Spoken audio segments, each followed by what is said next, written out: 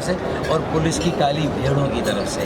اب اگر انہیں لگام نہ دی گئی اور یہ کوئی مطلب ہے کہ شہادتوں کے بعد اب موبائل چھین رہے ہیں، موبائل لے لیں بھائی میرا، میری گاڑی چھین لیں، میرا والیٹ لے لیں، میری موٹر سائیکل لے لیں، لیکن میری جان تو بخش دیں نا۔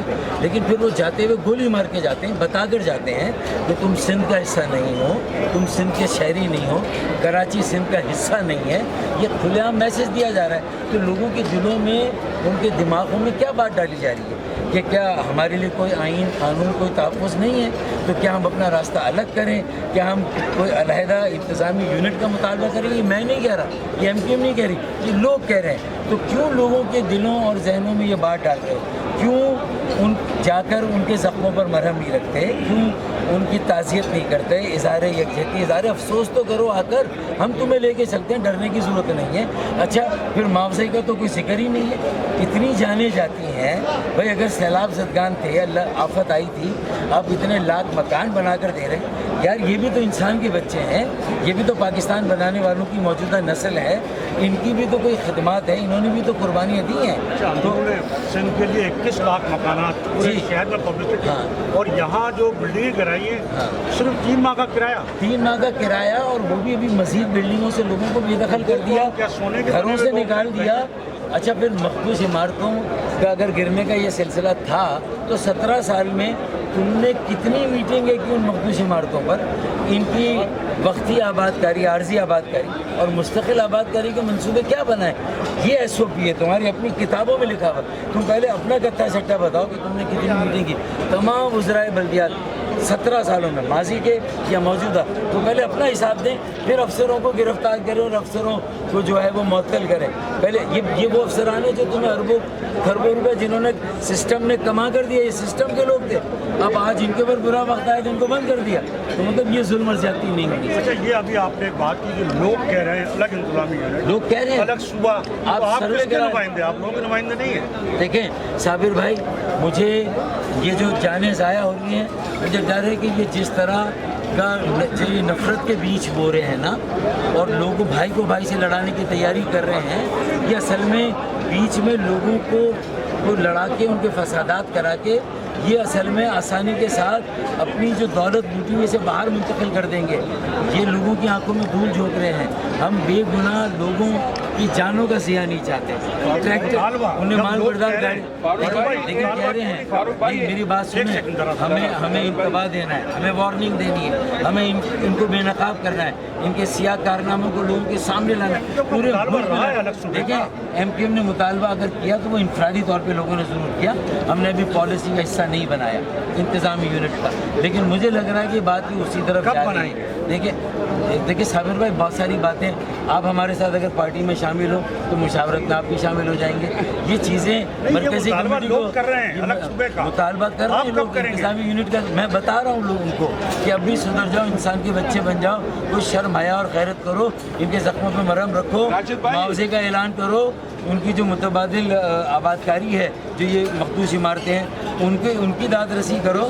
مطلب بے حسی، تھوڑا زیادہ بولو اس کے لیے، پورا جبلی پورا علاقے بند ہو گئے ہیں۔ آج آپ اگر میری پریس کانفرنس دیکھ لیں تو آپ دیکھیں اس کے جواب میں جو وزیر بلدیات رہے ناصر شاہ، انہوں نے جو بیان دیا ہے اس سے لگتا ہے کہ چوٹ بڑی گہری لگی ہے، آج بہت گہری لگائی ہے، اور میرے خیال میں مرہم پٹیاں ہو رہی ہیں وہاں پر۔ بھائی روڈ پہ آ گئے لوگ، فاروق بھائی اس کے لیے آپ تھوڑا اور کر رہے ہیں، اور روڈ پہ آنا ہوگا۔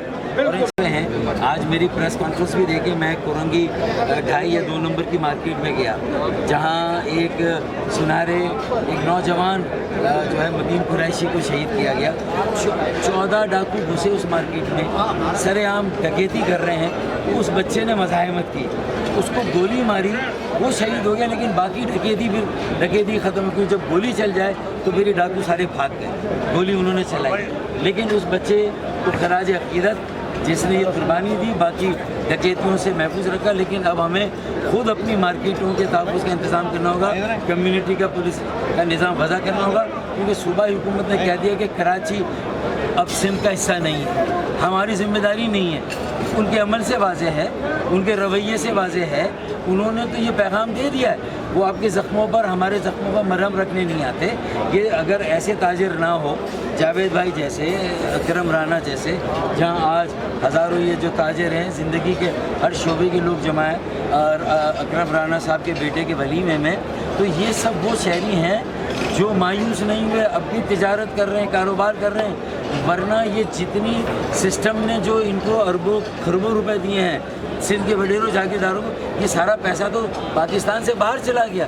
اگر اس پیسے کو نہ روکا ہماری ریاست نے, ہماری حکومت نے, ہمارے قانون نافذ کرنے والوں نے, تو یہ پاکستان پر قرضوں کا بوجھ پڑے گا. اب ان کو لگام دینے کی ضرورت ہے. ان کے جو نیب کے کیس دبا دیے گئے تھے, اب منظر عام پر لانے کی ضرورت ہے. وہ کلفی والا, چھولے والا, جس کے اکاؤنٹ میں اربوں روپے تھے, وہ کیس کہاں گئے؟ وہ اربوں روپے کے جو بینک اکاؤنٹ تھے وہ کیس نکالیں, اس کو ٹریس کریں, سب مطلب لگ پتا جائے گا کہ اصل میں کس نے لوٹا ہے کراچی کو, عام شہریوں کو, تاجروں کو, صنعت کاروں کو. کس نے بے دردی کے ساتھ لوٹا ہے, کس نے ان سے ان کا جینے کا حق چھینا ہے, کون ڈکیتیوں ریزنوں کی سرپرستی کر رہا ہے, کون ڈمپر کنٹینر اور جو مال بردار گاڑیوں میں کچلا جا رہا ہے تو ان کی سرپرستی کون کر رہا ہے. معصوم بے گناہ شہریوں کا خون نہاد بہہ رہا ہے. اب یہ سلسلہ بند ہونا چاہیے, ورنہ ایک بہت بڑا احتجاج اور احتجاجی تحریک جنم لے رہی ہے. میں آخری وارننگ دے رہا ہوں, میں متنبع کر رہا ہوں کہ تمہارے پیروں کے نیچے سے زمین نکل رہی ہے. نیب کے کیسز جس دن کھلے بیٹا تم نظر بھی نہیں آؤ گے تم کہاں گئے. یہ ہوگا تو اس سے پہلے انسان کے بچے بنو. آؤ گورنگی چلو جہاں یہ شہادتیں ہوئی ہیں وکاس کی اور متین کی, ہم تمہیں ان کے گھر اور ان کی مارکیٹوں میں لے جاتے ہیں. کچھ ان کے معاوضے کا اعلان کرے. ٹریفک پولیس نے جو ادھم مچایا ہوا, ہزاروں ٹریفک پولیس والے اندرون سندھ سے لا کے یہاں پوسٹ کیے گئے. ہمارے بچوں کی نوکریاں گئی, جعلی ڈومیسائل میں نوکریاں گئی.